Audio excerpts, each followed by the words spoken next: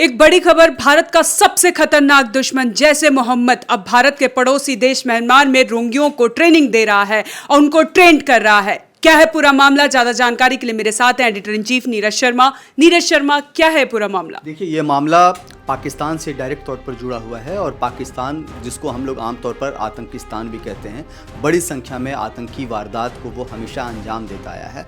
अब पाकिस्तान में जो जैश ए मोहम्मद जो है, जो एक बड़ा आतंकी संगठन है जिसको यूएन ने प्रतिबंध कर रखा है और जिसके मुखिया है मसूद अजहर, जो कंधार हाईजैकिंग कांड के बाद जिसको रिहा किया गया था और मास्टरमाइंड माना जाता है मुंबई बम ब्लास्ट का, तो वो एक नापाक साजिश रच रहा है और इस साजिश के तहत अब वो जो रोहिंग्याज हैं उनको वो ट्रेनिंग दे रहा है। जो ONOG को जो जानकारी मिली है कि पाकिस्तान का जो इलाका है, POK का जो इलाका है, वहाँ पर बाकायदा रोहिंग्याओं को ट्रेनिंग दिया गया है कुछ लोगों को, और उनको म्यांमार भेजा गया है। अब वो जम्मू कश्मीर और भारत के बाकी हिस्सों से आगे बढ़ करके म्यांमार पहुँच रहे हैं, जहाँ वो लोगों को भटका करके आतंकी वारदात को अंजाम देने की कोशिश में जुटा है। जो ONOG को जो जानकारी मिली है साक्षी, इस जानकारी के मुताबिक एक बड़ा फंड 50 लाख रुपए के करीब में एक फंड भी तैयार किया गया है, जो खास तौर से म्यांमार के लिए जैश ने दी है।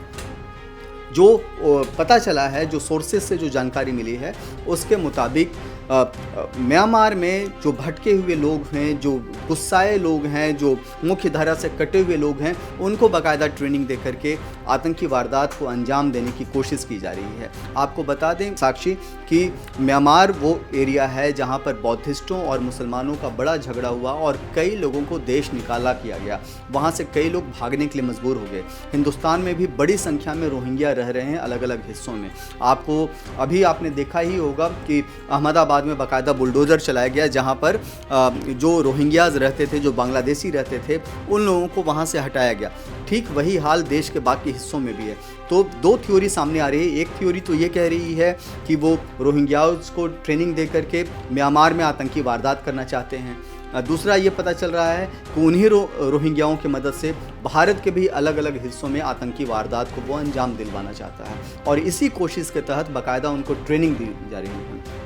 अब सवाल ये उठ रहा है साक्षी कि जिन लोगों को ट्रेनिंग दी जा रही है उन पर नकेल कैसी जाए, क्योंकि आतंकिस्तान के तौर पर पहचान रखने वाला पाकिस्तान लगातार आतंकी वारदातों के लिए जैश और लश्कर जैसे आतंकवादी संगठनों का इस्तेमाल करता आया है।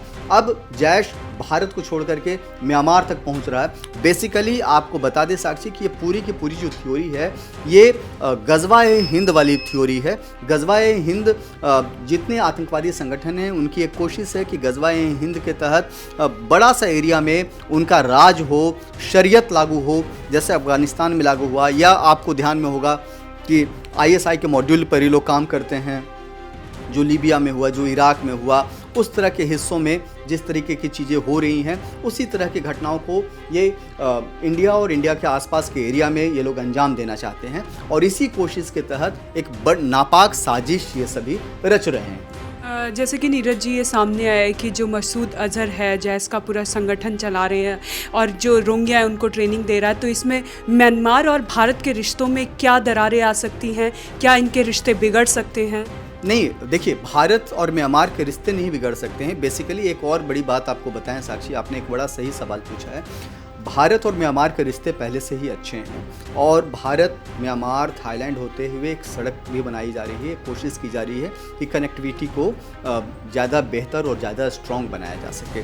एक यह भी कोशिश है इन आतंकवादी संगठनों के ओर से कि इस तरह की जो सड़कें बन रही हैं या इस तरीके से जो आपस में जो जुड़ाव हो रहा है, इस सब को कैसे डिस्टर्ब किया जाए। और पाकिस्तान के इशारे पर जो आतंकवादी संगठन, जो पाकिस्तान परस्त आतंकवादी संगठन है, ये सब के सब उस कोशिश में लगे हैं और उसी कोशिश का नतीजा है कि रोहिंग्याज को ट्रेनिंग दी जा रही है, उनको आतंकवाद का पाठ पढ़ाया जा रहा है ताकि म्यांमार में डिस्टर्बेंस क्रिएट किया जाए और म्यांमार में डिस्टर्बेंस क्रिएट करके भारत और म्यांमार के जो रिश्ते जो बेहतर हैं उसमें खलल पैदा किया जाए।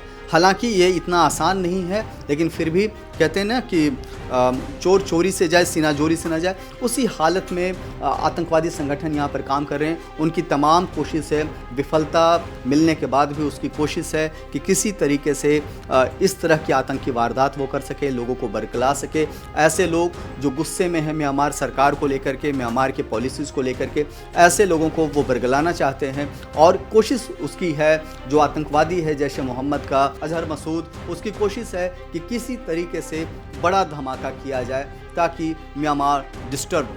जी नीरज जी, बहुत बहुत धन्यवाद। तो ये बड़ी खबर, पाकिस्तान लगातार अपनी नापाक हरकत से बाज नहीं आ रहा है, लगातार नए नए खुलासे सामने आ रहे हैं। आपको बता दें, ये अपडेट आया है कि जो जैश संगठन है वो मैं भारत का जो पड़ोसी देश है म्यांमार, वहाँ के रोंगियों को ट्रेनिंग कर दे रहा है और जो मुख्य धाराओं से भटके हुए लोग हैं उनको ट्रेनिंग देने का काम कर रहा है। इसमें क्या अपडेट आती है, पल पल की अपडेट हम आप तक पहुँचाते रहेंगे। आप देखते रहें one nation one group news.